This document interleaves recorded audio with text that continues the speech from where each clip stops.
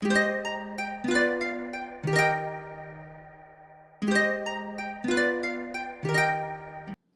my name is Jackie Kara.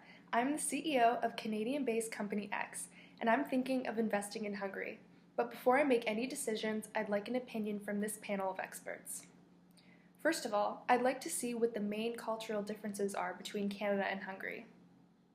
As you can see from the chart of the Hofstede dimensions, Canada and Hungary are very similar in all but two dimensions. Hungary is a much more masculine society than Canada. In turn, they thrive more on competition and on being the best. A feminine society is more motivated by quality of life as a sign of success. Liking what you do is much more important. The Hungarian managerial style would have to be more assertive and definitely competition driven. The next dimension is uncertainty avoidance. Hungary ranks high, which means people place a higher value on job security, retirement benefits, and can be quite resistant to innovation.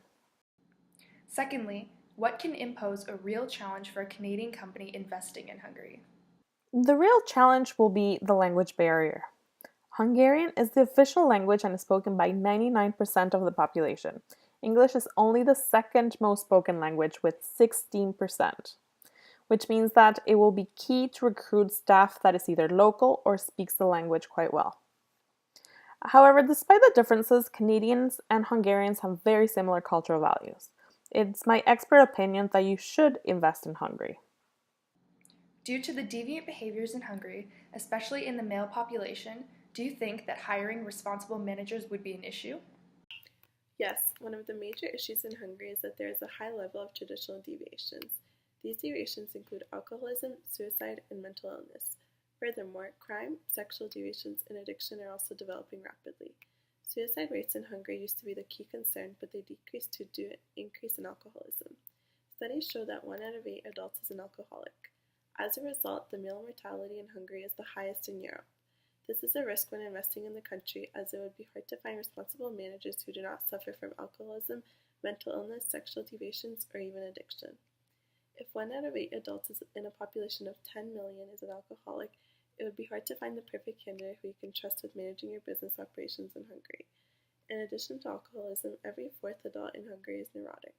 These type of deviant behaviors are extremely high and are continuously increasing due to lacking social standards. To answer your question, I can say that alcohol and drug use among employees and their family members can be an expensive problem for businesses and can cause lost productivity, injuries, fatalities, theft, and low employee morale. It can also increase healthcare costs, legal liabilities, and workers' compensation costs. Some traditional social standards and norms set in the workplace include arriving on time, performing well, being efficient, and respecting others. However, because of the alcoholism in Hungary, these norms would be disregarded because after effects of substance use will cause employees to be late, lose productivity, and act poorly towards others. When comparing the social environments of Hungary and Canada, it would be hard to cope with the differences because Canadian social standards are far more established.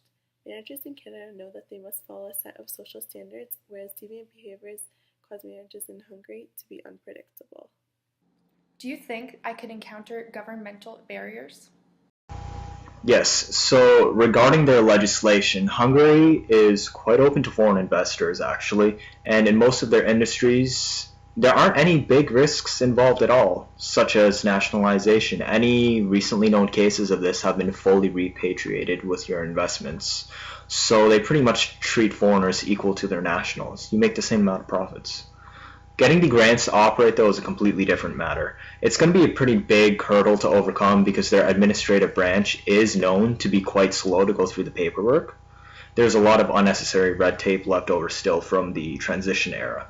So, yeah, that might take you some time, but make sure you avoid offering any kind of facilitating payments because this could be taken either way. That kind of hospitality might actually land you in jail because bribery is considered illegal in Hungary. How easy or difficult would it be to enter the Hungarian market policy-wise?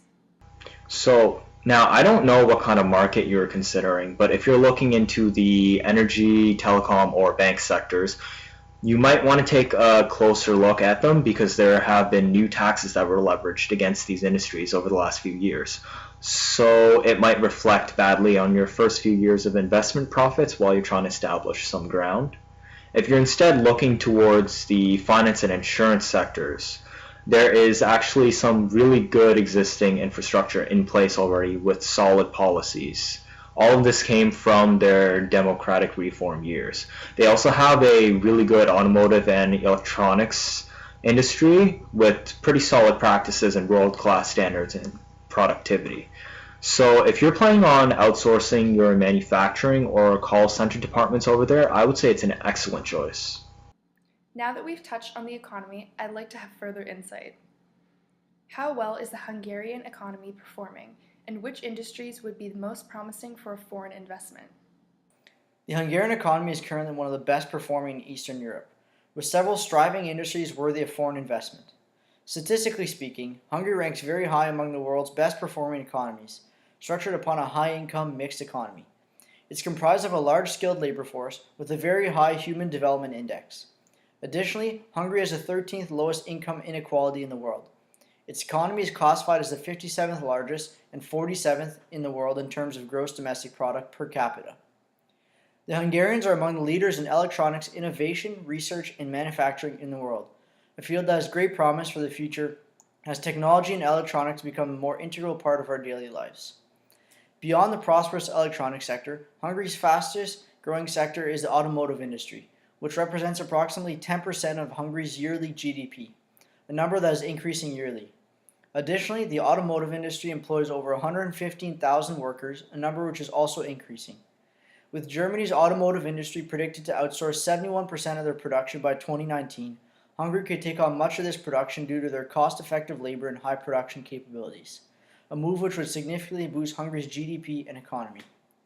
Another extremely developed and investment-worthy sector is the pharmaceutical and medical technology sector. With the most developed pharmaceutical sector in Central and Eastern Europe, Hungary's major companies have a strong international presence, coupled with a growing number of small to medium-sized companies. Lastly, with the tax rate recently flatlined at 15%, as well as tailor-made incentive packages and certain tax exemptions, it is an easy transition and investment for North American traders. What are the benefits of EU membership, and will Hungary's current rising anti-EU wave affect Canada negatively? Well, as a current EU member, there are many benefits associated with investing in Hungary. As an investor, it provides a certain level of comfort in knowing that many of the monetary and fiscal policies will resemble those of other European Union member states. The investment policy of the European Union is tilted more towards providing investors with a kind of stability and legal certainty, coupled with an environment conducive to carry out business and in accordance with international rules, laws, and regulations. It has abolished all the trade barriers that were acting as a hindrance for free trade. Yet, for all these positive aspects and changes in terms of investment opportunity, Hungary is currently experiencing slight political regression insofar as they are shifting towards a more illiberal nationalized state again. Since 1990, Hungary has been experiencing difficulties with their quick transition to a free market system, which has caused tensions to arise amongst different factions of its people. These tensions have pitted some major political parties against each other and have left the left-leaning Hungarian people divided against the right. They've even caused many Hungarians to question their country's membership within the EU. These attitudes could pose substantial political risk to a company looking to install in Hungary, as an anti-EU stance could further lead to anti-free market views, which would bode ill for any foreign direct investment entering the country. It should be noted that we see political divisiveness in many countries, and this should not detract us from investing in Hungary. It is impossible to know if Hungary will act on its anti-EU sentiments, but we cannot discount it from the realm of possibility insofar as to equate it to a political movement similar to that which stirred Brexit. The only thing that is certain is that as an EU member state, Hungary is more attractive in terms of foreign direct investment, and without this coveted status, loses some of its value as a candidate for FDI. All in all, there is an attractive political environment in Hungary that can be seen as conducive to investment. Thank you for everyone's advice. I'm now a lot more comfortable with investing in Hungary.